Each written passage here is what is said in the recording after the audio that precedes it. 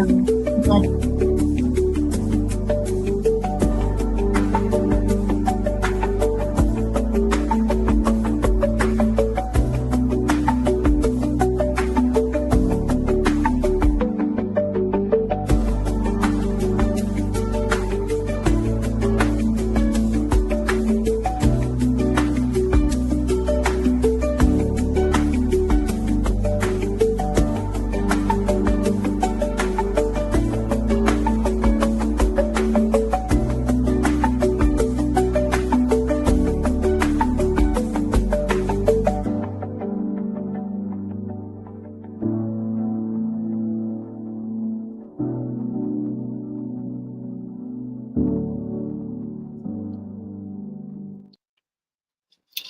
Hello, hello, hello.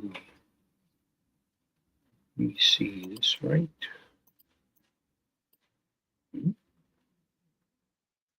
Okay. Hello there. As the title of my video says, I've seen this on Twitter that League of Legends did another cinematic trailer. So I'm going to take a look at it. Now, I'm not that familiar with League that much, so I might not be able to get all the references and characters. So, without further ado, let's give it a watch.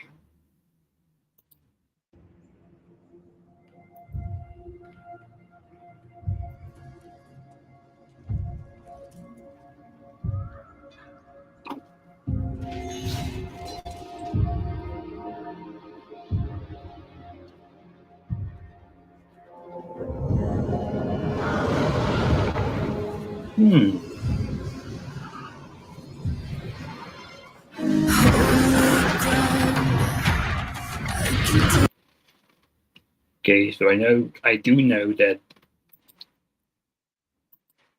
from the trailer, well, from the teaser image, that's what other videos I've seen. This cinematic is set in Demacia again, given that the other one that was with Mel, that one was more Noxus focused, so I guess this one's gonna be more Demacia focused.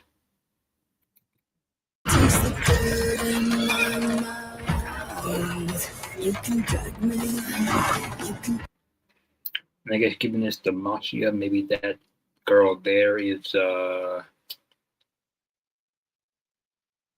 Lux character, I think. To try to stomp the flame out. Oh, echoes in the darkest hour. You can hunt me and you can have me, but you have no power. Look at you. A dragon attack if a demon attack on some random village in Demacia.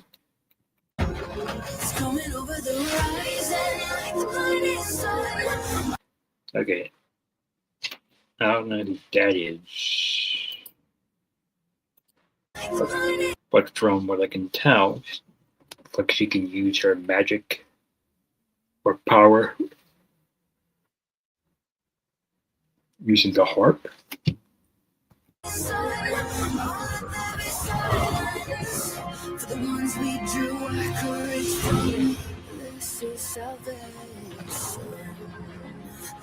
I can see mercy on the hill. Don't let your faith dim. There is a light.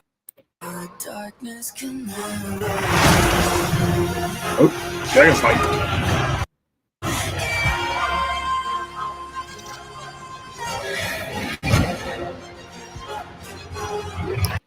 Okay, I think I do know a little bit from looking at the Wikipedia that the girl there on the ground is I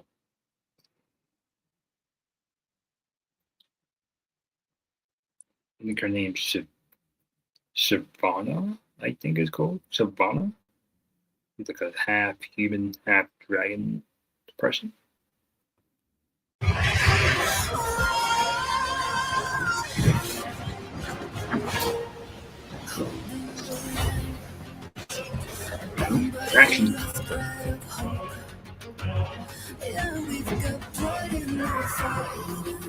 You won't stop till you're empty of days.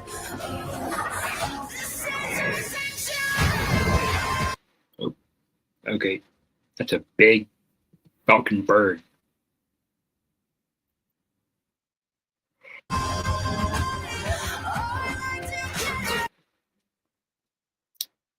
Okay, this might be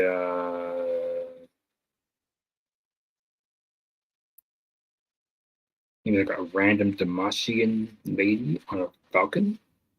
Come to the Pacific fight the dragon.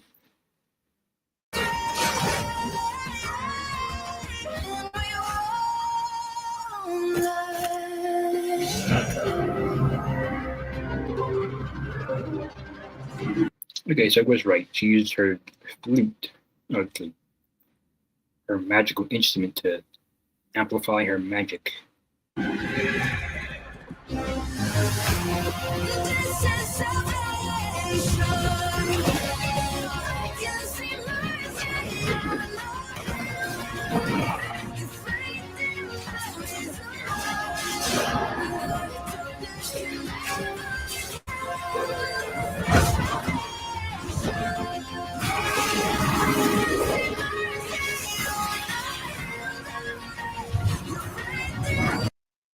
Ooh.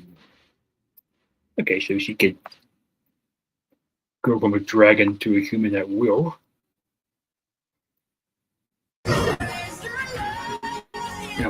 The design looks like more of a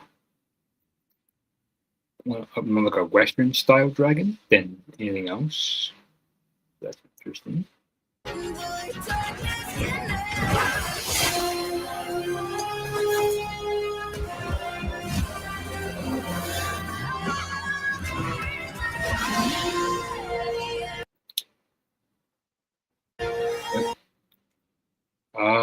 Oh, I know her. I think she was in the last cinematic that they made. Hermione. So she's from there,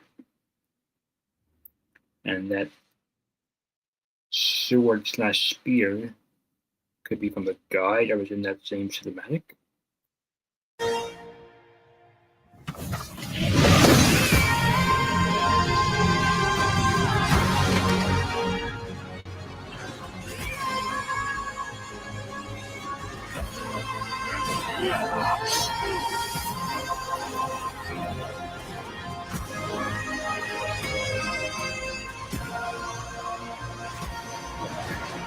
Ooh.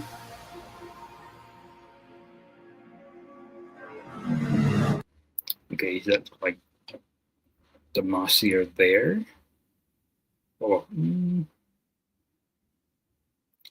is here the capital, or it might be just like a big city of Demacia? Ooh, that's interesting. So they think it back. Yeah, because Demacia uses falcon-like birds for aerial combat. Interesting. And the guy there that they ride them as mounts. It's a cool concept.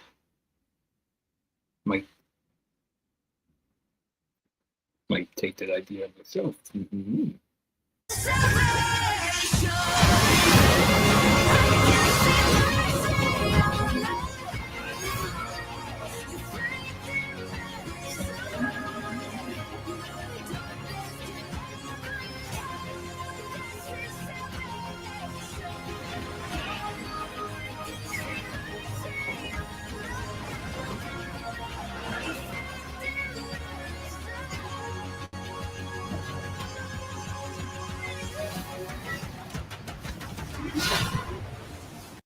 Ooh, that was a good scene. I guess this is all our stuff we could get. Because I don't know why. These cinematics are very well made. Same reason why Arcane was so well made. Now, if they could just make this like into a show with this kind of quality, oh, because well, we got Arcane, and we got the stuff that happened after Arcane. So I guess gotta just wait till the next season of that comes out.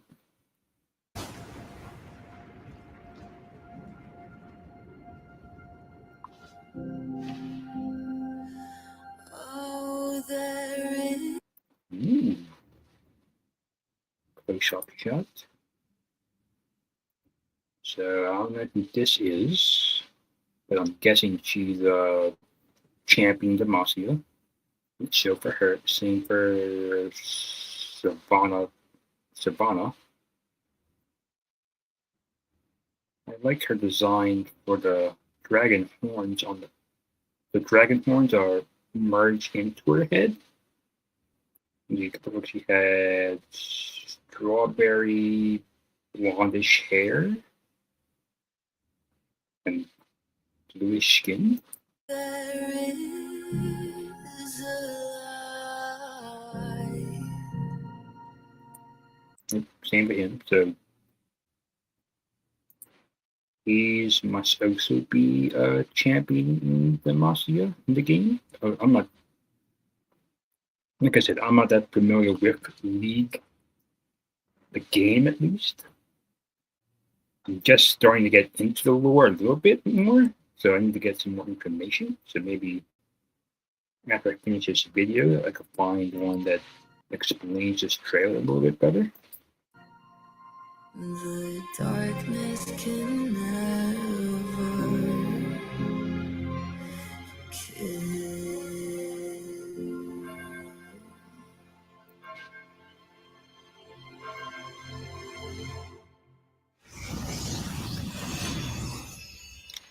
Okay, that's a good trailer there. So let me look it up. Let me look up the lore. Maybe take this video here. Aha, there we go. Lore, the Salvation trailer explained. Which one do I want to look at?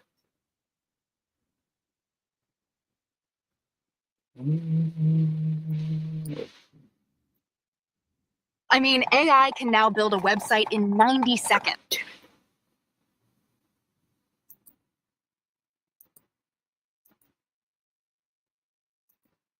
Huh.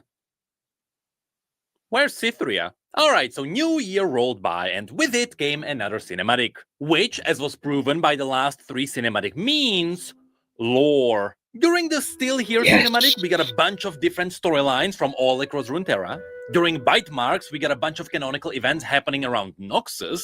And now, Salvation is focusing on the canonical events happening around Demacia. Unfortunately, from the reception, we are not talking about the hypiest cinematic in the history of League of Legends, because for the most part, the action here was focusing on our favorite champions fighting random NPCs. Compare that to Trundle fighting Darius or Tryndamere fighting Kindred.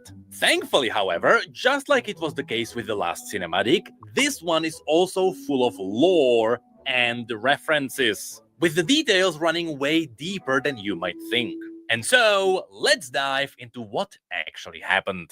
This cinematic is split into 4 scenes. First, we have the mysterious lady on a horse. Then there is Sona fighting the darkness, Garen fighting Noxian assassins, and Quinn and Shyvana fighting a dragon. I'll be honest, this is a pretty good assortment of Demacians. And while it is sad to not see that much Patricite, I'm kinda glad we didn't get a Lux and Galio in a cinematic for the 4th time. Anyway, remember how Bite Marks was foreshadowing the lore that would come later that year? Well, it is possible that this cinematic is doing the same thing. So when, at the beginning, the Riot Games logo gets consumed by dark magic, it is possible it might be foreshadowing demons. Anyway, the first scene of the cinematic is the lady on a horse. Now, I'm pretty sure here everyone expected one of 2 things. Either this was going to be Lux riding her horse, or this would be Cythria, the character that was totally teased to be the next champion. Spoiler alert, but we have to point it out now,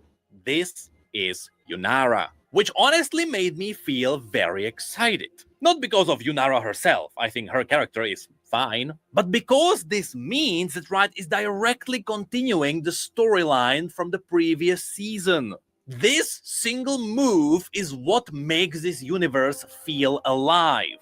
Anyway, back to the initial shot. So here we have Yunara in a dark forest of Demacia. Specifically, there is a good chance this might be the dark forest that is surrounding Zephyra, with Zephyra being the ancient ruined capital city of Demacia. I believe this could be the case because in the Mage Seeker game we learned that these forests are full of magical and dark creatures. Which, yes, that could also contain an unnamed demon. More importantly, however, let's not forget one thing. This is Yunara in Demacia. Let's have a look at the map. So the last time we saw Yunara was in this general area. It was around the Kinku Monastery where Kennen opened the portal into the Trials of Twilight. But now we are here. A place that is literally across half of the entire planet. Because while this is literally across the entire official map, let's not forget there is the other side of Runeterra, which is where Kamavor is. So it had to take Yunara months to get here. Unless, because she is Kinku, with the help of Kennen, she opened some portals and took a shortcut through the spirit realm. So just know that regardless, Yunara was on quite a journey. Was she to take the traditional means of traveling, she would have to go through Noxus and all the contested areas. Anyway, the last thing we can point out here is the introduction of the blue hues in the forest. Once again, this is nothing special for the dark woods of Demacia. There are simply magical things happening here all the time. But it is still foreshadowing what is to come. So next we get to Garen. And while this is also a scene... Okay, so his name is Garen. Okay, so he is a champion. In a forest, because it is not one of the darker forests, this has to be somewhere closer to the capital city. And here, Garen is simply training new recruits for the Dauntless Vanguard. Now, there is no way this was intentional, but I like how the 4 recruits line up with his ability in Riftbound. And if you are asking why Garen isn't armored properly here, it's because he's just chilling with the boys and training them. He did not expect to fight anyone. After which we get to the third introduction, which is the scene with Sona. This one gets introduced with the statue of Morgana, aka the Veiled Lady. Yes, this is referencing the upcoming skin for League of Legends, but that's only because that skin That's a good skin there. Is referencing Morgana's lore as the lost matron of Demacia. More importantly, these shrines to Morgana are surprisingly common in some of the hidden areas of Demacia. And so here you can specifically see it is hidden on a cliff behind a city. And what kind of a city this could be? Well, we can take an educated guess. So in this scene, we can see shadows coming for the city as they blow out the candles. Now, we do know that there is one place and one story that perfectly fits this. And that would be Lux's story called For Demacia. In this story, Lux traveled into a city where weird things were happening. People couldn't sleep, they started randomly dying, and sometimes they started murdering each other. And after some investigations, Lux found out that this is because that city was haunted by a demon which her great-great-grandfather, Phocian Crownguard, fought in the past. Now that demon turned out to be Nocturne. And the city where this happened was named after Phocian, and so it became Phosborough. The thing is, later we learned that Phocian Crownguard didn't kill Nocturne, he just locked him away. Kinda. In reality, Nocturne was able to free himself, and so he was haunting the city again. And so that entire story is about Lux going into that place and banishing Nocturne again. The catch is, that story hasn't happened yet. And so it is extremely likely that right now we are looking at Phosborough, the city that is haunted by Nocturne. What also fits this is that right next to Phosborough we can find High Silvermere, which is not only where Lux and Garen were born, but also Silvermere is known for training the Silverwing Riders. And as you'll see, that is very relevant to this cinematic. Anyway, after this, we get to that's more there. the final introduction, which is dragons. Specifically, we are in what seems to be a cave, but the truth is there is a good chance this might be part of the petricide forest. That is because the petricide trees simply behave like rocks, and because they are so incredibly massive, there is a good chance that this cave is actually inside one of the giant trees. But again, it could be just a cave. The more important part is that this is a petricide quarry. You can see how the slabs of petricide are cut into this place. So, the Marcians simply harvest petricide here. And the dragon that is also present here was having none of it. Now, what kind of a dragon this could be? Well, we'll get into that a little bit later. So next, we actually go back to Yunara in the Dark Forest, where her horse was startled by something stalking her from the shadows. And it turns out this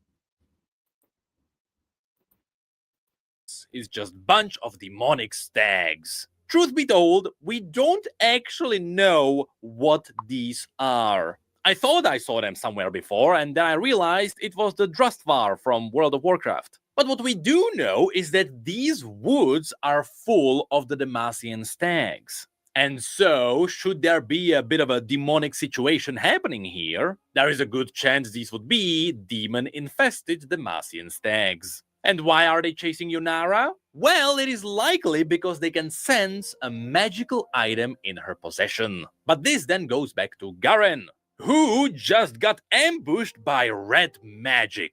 Now, from this scene, it almost looks like one of the recruits was a spy, and that Garen was hit by one of his own. But as you'll see, the magic actually came from outside of their group. In fact, there is a lot more assassins incoming. For now, just notice one thing. While this is a very Noxian-looking red magic, it is different from the sharp chains and the shard-like magic of LeBlanc. And again, we'll get into that in a second. Although, you can notice that the red magic already started forming chains around Garen, which could be a reference to the root of a totally different champion. Anyway, next we go back to Fosborough, where the shadows started claiming the citizens. The darkness started creeping in from the sides, and then we get to the coolest moment in this entire cinematic. We gather around a literal ward. Yes, while this is a good old ward of League of Legends, it is also a ward against the darkness in Demacia.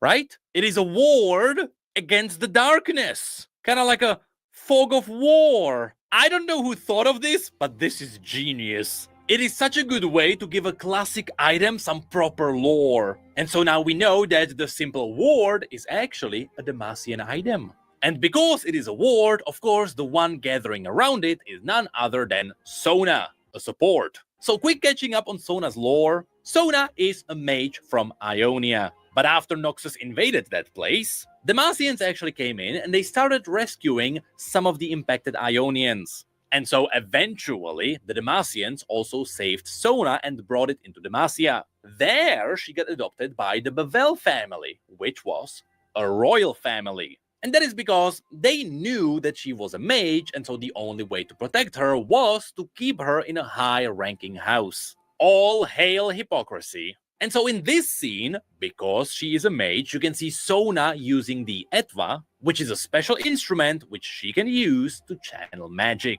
Now, back to Yunara. In this scene, she kept running away from the demonic deer, and she managed to get out of the forest. And that's kinda it. Though I do appreciate the change from the dark and blue of the forest into the bright and red of the field filled with poppies. Is that a reference to Poppy? You tell me. Make it a habit, 7 minutes of Tai Chi every morning all the way for 1 month. This Monday, we will start the advanced Tai Chi. But then we quickly go back to Garen, who is now bound by the red magic. And again, you can see that there are differences from LeBlanc's magic.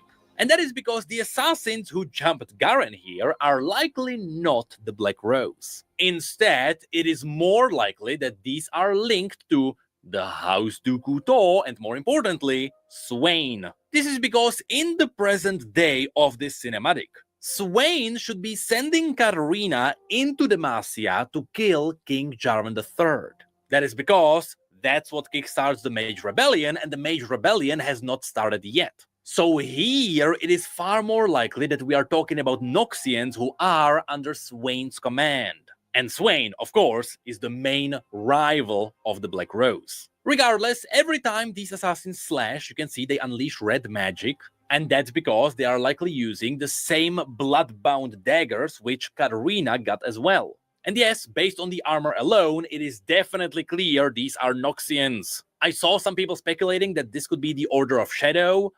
Do I have to point at the map again? But then we get back to the dragon, where we can see what seems to be the exit of this place. And as the dragon comes in, it is attacked by another dragon, which of course we know is the new Shyvana after her ASU. This immediately made me think, damn, she's fighting Yiva, her mother. But that is likely not the case. Okay, so dragon in the cinematic was Shyvana's mother. Okay, that's interesting to know. The case because of some pretty big reasons. Before that, Shyvana first gets knocked out of her dragon form. Then we quickly go back to Yunara riding across the field. Garen is struggling against the chains. And that's because all of these are set up for the payoff. So first, Garen breaks the chains, he jumps out of the water, and he literally mauls the first assassin into the ground. He then picks up his sword, he charges through magic, and he slashes down. This is all in reference to Garen activating his Q in the game. The rest of the combo will follow after this. But first, back at the cave, the dragon ignores Shyvana and goes for the Demacians. So Shyvana has to taunt it to bring the dragon's attention back to her. Unfortunately, that is not Shyvana's ability in the game. And here I have to say that Shyvana's human form looks really good. This is a proper half-dragon. Though more importantly, as the two line up for a cool shot, we have to talk about the dragon. So the reason why this could be Yiva, which is Shyvana's mother, is simple. The horns pretty much line up on both of the characters. But that's kinda where this argument ends.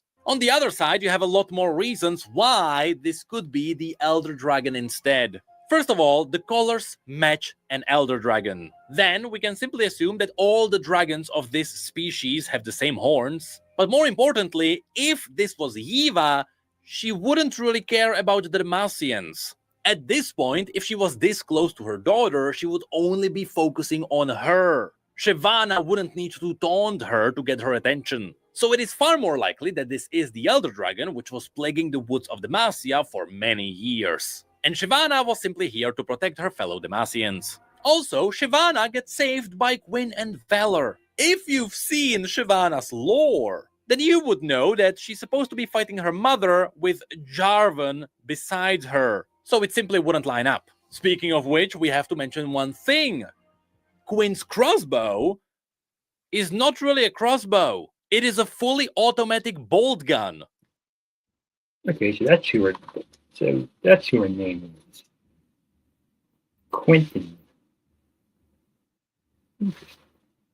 And it's pretty cool. Anyway, back at the Garen scene, we can see all the assassins running after they killed all the recruits. So Garen picks up the tag of one of the assassins because he is honorable, and he charges for the rest. Now back at Fosborough, we can see Sona casting light through her magic. Now yes, remember that most of the Demacians still hate magic, but not in this situation. And here, the pulsing is either a reference to Sona's healing aura, or it is actually near identical to her ultimate from Wild Rift. Then we get a quick reminder that Yunara is still running, and then we get back to the draconic fight, where Gwyn is trying to do damage. The dragon tries to burn her in response, but Gwyn gets saved by Shyvana in one of the coolest shots of this entire cinematic.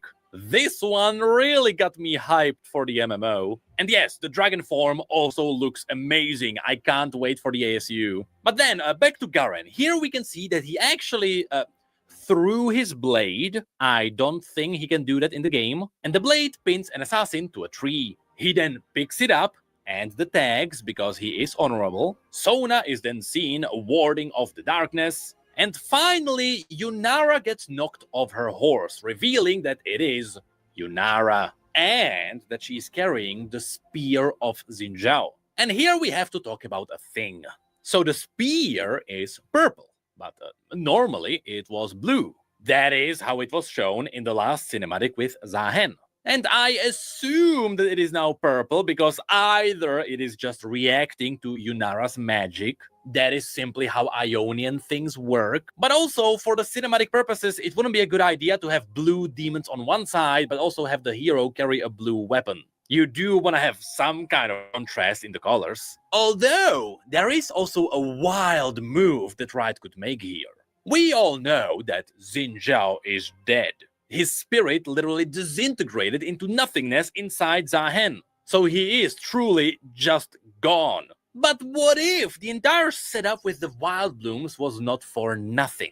And what if they actually happened to use the wild blooms, which happen every spirit blossom? And what if after Xin Zhao died, his spirit was actually transported into one of the spirit blooms, after which his spirit could be put back into the spear? Hey, I don't think that's what's happening here, and I hope that is not what's happening here. Okay, that seems like a reach. But who knows what's going to happen?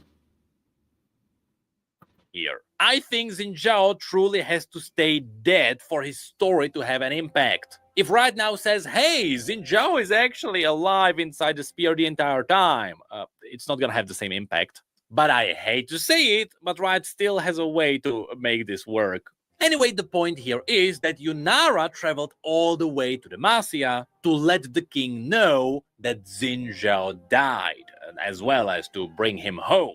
Even though his home is technically Ionia, but you know what I mean. Then, in the draconic fight, Quinn jumps onto Shyvana's back, and together they try and lead the dragon away. Yunara then activates her movement speed, which is literally her ability in the game. You can even see her purple steps in the next shot. Garen then finally starts spinning to kill the next two assassins, and he also tanks another spell with his W. Back at Fosborough, we can see a child get claimed by the shadows. Honestly, this could be a reference to Nocturne claiming the child of the mayor of that city, after which he essentially used that body as a vessel for the horror. But Sona then casts a spell and cleanses it. Then Yunara arrives at the Demacian city, where she is met by John Demacia. No, really, I've never seen more people confused as to who this actually is. But yes, this is Prince Jarvan IV. You can even see he has the lens as he's riding a Silverwing. So then Sona blows away the shadows, Garen gets ready for his ultimate, and we get a closer look at these things. I still have no idea what these are. The dragon then successfully gets trapped inside the cave, which reveals what was their plan the entire time. When the dragon was looking at the Demacians and Shyvana taunted it away, she actually wanted to give the Demacians time to escape. After which they flew out and they sealed the cave behind them. So the dragon is still somewhere inside there. But then Garen, being so honorable, doesn't kill the last assassin. After which he threw all the other tags at him and let him go. This could be because one of two reasons. Either he let him go back to Noxus to carry a message, or it is because the Demacians are always about the second chances. If they get attacked, they always give the enemy a chance to join Demacia. I mean, that is literally how Xin Zhao became a Demacian. It was Jarvan who actually gave him the chance after Xin Zhao fought for Noxus. But then back at Yunara, we can see Jarvan pulling off his ultimate as he cataclysms the deer, and everything then calms down. We can see Quinn and Shyvana recollect themselves after sealing the dragon. We can see the assassin didn't take the tags and he just fled away, which showed us that Noxians have completely different customs. Speaking of which, Garen did give the recruits proper burial. Porn addiction turns high IQ men into silent underachievers. They're highly intelligent, always told they had so much potential. Sona is then happy to see the locals safe, and we get to the final scene of the cinematic, which is covered in references. So first of all, let's tackle Yunara's side. Yunara arrived here after Xin Zhao died and after she just reunited with Zahen. Now, Zahen is an ascended warrior of Shurima whose original form was referencing the Silverwing Raptors. So it is cool to see that after arriving in Demacia, Yunara gets to see another Silverwing. Then Yunara presents Jarvan with the broken spear of Xin Zhao, which is a direct reference to Yunara presenting the broken spear to Xin Zhao himself before. This is before it was repaired for the Trials of Twilight. But now the same spear is used to mourn his death. And when Jarvan accepts it, he shows no remorse, he's just a Chad. Now here's where we can also mention a couple of things. First of all, now it is obvious that the golden shield on the Summoner's Rift is actually Jarvan's sigil. Not only can it also be seen on his seal, but you can see it on his armor. But this scene also kind of confirms that there is a big retcon happening, because for the events of the Mage Seeker, Xin Zhao was supposed to be there in Demacia for the death of King Jarvan III. But now it is confirmed that he is dead and that Prince Jarvan knows that he died.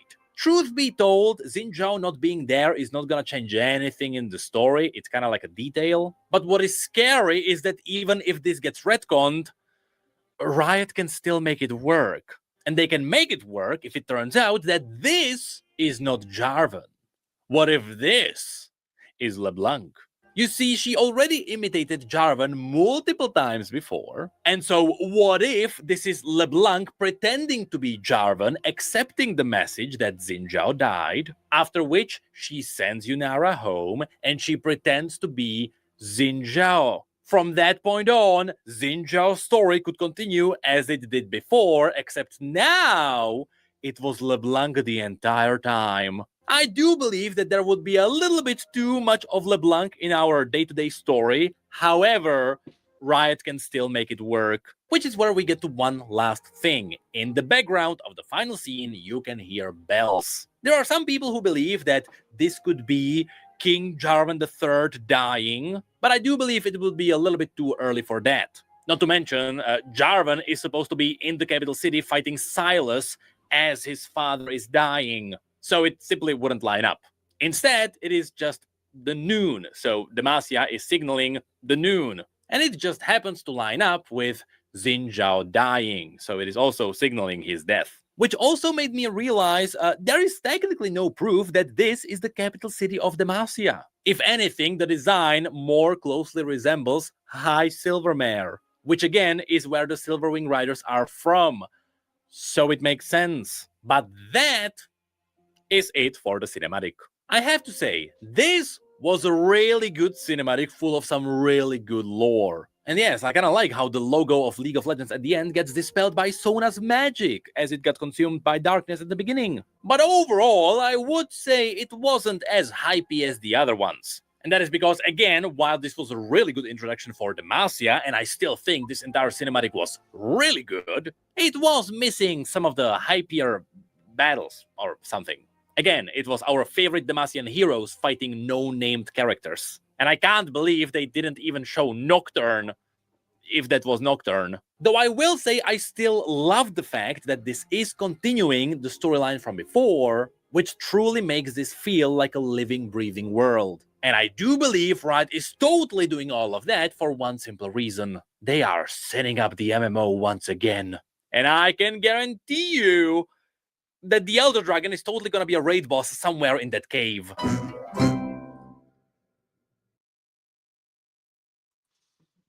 Okay, that was a good video there.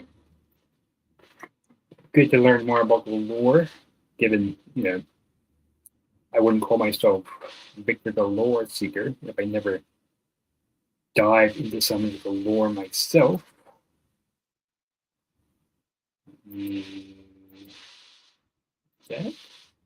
Okay, so that concludes this video. Overall, I think the cinematic was very well done. And all the lore from that video that I just saw was very well done as well. Giving me more context on some of the Demacian champions and names and potential plots for the future. That's why I do hope League makes more of these novels.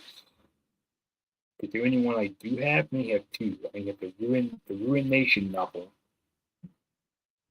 and that's So if they do one for maybe for each season, they make a novel. Let's say after Demacia, they do the Failure or Guild War or Ionia, or even Zon and Tokyo novel. That would be good. But only time will tell. So that concludes this video. If you like it, leave a comment, like, or subscribe. And until my next video, have a good one.